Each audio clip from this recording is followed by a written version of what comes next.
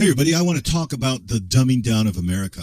Um, I think in order to get to the heart of the problem, we have to begin by knowing one fact, and that is that today's educational aims are solely geared towards developing a humanistic curriculum, and that may sound good in itself, but we have to ask just what is a humanistic curriculum? Well, at its core, a humanistic curriculum always emphasizes moral relativism. That is, everything is relative and there are no moral absolutes. For example, at the turn of the 20th century, the Ten Commandments were commonly displayed in many classrooms all across America. Now that practice is long gone, but you have to ask why. Because today the Ten Commandments may offend others with differing religious viewpoints. That is, religious viewpoints are all relative. Now, humanistic curriculum does another thing. It relies on dialectic opposites or opposing viewpoints, and then it exploits the tensions of those opposites by providing the middle ground or moderating the answer. And let me give you an example. On one side of the dialectic, you can have this statement, it is wrong to steal. And then on the other side of the dialectic, you have, it's okay to steal. You have opposing viewpoints. A humanistic curriculum will come in and moderate the middle ground by saying, it's okay to steal, but only under these circumstances. You see how that works? The curriculum then decides and defines the relative middle ground. Not the parents, not your church, not your morals. The school does. So where at one time school emphasized abstinence from sex, for example, the schools now have decided the relative middle ground, and they're now passing out condoms or encouraging abortions. Or at one time you had boys and girls restrooms. Now schools are advocating transgender bathrooms. One time you had prayer in schools, but not anymore. But it doesn't stop there. Now the schools even want to do away with the phrase one nation under God, which is found in the Pledge of Allegiance, obviously. And that's if the Pledge of Allegiance is even recited anymore. But it goes one step further than this. In a humanistic curriculum, there are now no more first and second and third place anymore. Now everyone gets a trophy because we don't want to hurt anybody's feelings. We don't want to flunk anybody anymore either, no matter if they never did their homework. Now everyone gets a C grade for just showing up to class. For instance, I remember a student of mine at a nearby state university complained to me about her grade, stating that she deserved a B just because she came to class every day. Can you imagine that? Now you have to ask, why this sense of entitlement? Because according to her, everything was relative. That's this culture of humanistic relativism. She believed that the grades don't really reflect a student's actual performance. Everything is relative, we're told. That's at the heart of a humanistic curriculum. Whereas in the earlier part of the last century, you had clergymen, statesmen, and national leaders. They're all giving input into our curriculum. They're shaping the issues. We're influencing the civic lessons to be taught in school. Well, all that is no more. Why? Because beginning with the Elementary and Secondary Education Act of 1965, and then later with the creation of the Department of Education in 1980, the federal government, not the states, but the federal government, took control over our local schools. And more importantly, they took control over what would be taught. That means that all the federal monies through the Department of Education were now dependent on whether or not the schools complied with these federal mandates. The federal government tells the local schools what to teach and how to teach it, period. If you don't comply, your federal funding is cut. And that's the way the game's played. The ultimate plan, according to my research, and this has been happening for some years now, is to move education away from a traditional system to an outcome-based system. Now, you're going to ask, what is an outcome-based system? Well, that's where everything relies on scripted goals, and the grade that the student gets is dependent on how that student performs towards those goals. And that's what we have now, a performance-based or outcome-based curriculum. Now, teachers are now teaching to this outcome, or as you've heard, they're teaching to the test. And that's why all our educational goals are now predetermined and scripted. And that's where our current educational standards, through a program called Common Core, come into play. Now, another question you may ask is what is Common Core? Well, Common Core is it's an attempt to get all 50 states under one set of guidelines. That's essentially what it is. It's to get everybody on the same page, and that sounds good to a lot of people, but there's so much wrong with this. And the essential problem comes with the fact that Common Core was solely written by two Washington lobby groups. One of them was the National Governors Association, and the other was the Council of Chief State School Officers. They're also known as the NGA and the CCSSO. And this was done, mind you, without any consultation from the individual 50 states. And after these standards were created, again, without any consultation from the states, the Common Core program was then issued to each state. Now, keep in mind that the NGA and the CCSSO are unelected bodies that are not accountable to any state. They are instead independently funded Washington lobby groups. They also have almost no experience with educational standards development, but all that didn't matter. They still wrote the standards by which all public school kids are now accountable. And now that educators on the ground have really started to see Common Core for what it is, states all over the country are suing the federal government and attempting to get out of this ridiculous program in record numbers.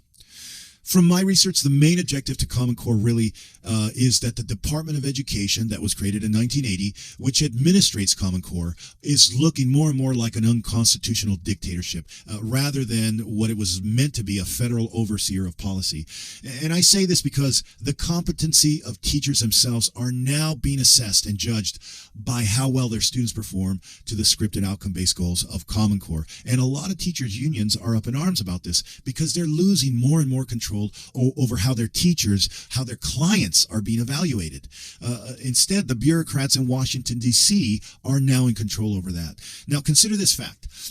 The typical fourth grader this very year will spend 51 days out of the 180-day school year testing for Common Core. Now, check that out. That's over 1/4 of the year in federal testing. You have to imagine that. 1/4 of the year wasted on federal testing. And those test results will mostly be meaningless when it comes to measuring your child's actual achievement potential. Now in addition to this, the ELA, or the English Language Arts requirements, through Common Core, are cutting out a huge percentage of classic literature from the school curriculum, like Mark Twain or Ralph Waldo Emerson or Emily Dickinson, and replacing that classic literature with what Common Core calls informational texts, which are one-sided, politically correct pamphlets that seek to indoctrinate your child to think in certain progressive ways. Again, people, you're witnessing the extreme dumbing down of America. But why dumb down American kids? Again, from all my research, the best answer that I can come up with is that there's a national agenda that seems to be more concerned with how your child thinks and not what they know. They're more concerned with the process of your child's thinking, and more importantly, that process follows a certain logic, a politically correct one to be exact. It's a sociological experiment, folks. And as I mentioned before, that sociological agenda is not being set by you, the parent, but it's being set at the federal level by an unelected board of Washington lobbyists. So while our kids have their faces fixated on an iPod screen, texting for hours at a time, or while they're watching mind-numbing and meaningless television programs morning, noon, and night, and while they're eating genetically modified junk food that's nutritionally depleted, or while they're being increasingly doped up with mind-altering antidepressants at earlier and earlier ages, mind you, then you can see that Common Core and this consequential dumbing down of our kids, it fits perfectly with all the social processes that I just mentioned that are already in motion today. It's a collective attack on your kid's mind from a technological point of view, from a psychological angle, from a nutritional angle, and from a psychotropic angle. And the educational angle is but one piece of a more systematic undermining of not only the autonomy of your child as a student, but your autonomy as a parent as well. That's why I believe so strongly in homeschooling. It returns constitutional-based autonomy back to the student, and more importantly, back to the parent. As a parent, you can reject what I call the cloning mindset, which presumes that we're going to do everything that everybody else is doing, and it gives us the freedom to design a curriculum that truly reflects quality learning, that truly integrates solid spiritual principles, one that truly promotes solid self-reliance attitudes, and truly releases my child's full potential. And it gives me, as a parent, the power to replace a humanistic curriculum with all its moral relativism with a traditional curriculum, the way it was at the inception of this nation. Now, let me close with this, and I think it's going to make a lot of sense. It's another statistic, and this one is by the National Education Commission on Time and Learning. They conducted a 2-year-long study on how students spend their day in school, how a typical student spends their day in school. And the results were astounding. You'll be interested in these. They found that a typical American student will only spend 41% of their day on basic academic subjects, like math or English, history, and science, etc. The other 59% of the time is spent on doing coursework on self-esteem, family life, holistic health, environmental education, AIDS education, consumer training, sexual orientation education, driver's education, gym classes, and a whole lot of other topics. That adds up to only 1,490 hours on basic academic subjects. That's throughout their entire high school years, which is the freshman, sophomore, junior, and senior years. Now, let's compare that to the other countries that were included in this study as well. Japanese students, on the other hand, spent 3,170 hours on academic subjects throughout their entire high school years. French students spent 3,280 hours on academic subjects throughout their high school years. And German students spent 3,528 hours on academic subjects throughout their high school years. And to repeat what I just said earlier, American students spend a measly 1,490 hours on academic subjects throughout their high school years. And a lot of that you can thank to Common Core. People, I can't say it enough. Do your research. Know what you're doing before you give your child to a federally funded and federally run school. Who made the curricular standards for your school? Well, I just told you that. How many hours does my child actually spend on academic subjects in their school? And I just told you that as well. Now, you may move to a better school district. Yes, that's a good move. But your child still will only roughly average around 1,490 hours on academic subjects throughout their entire 4 years in high school.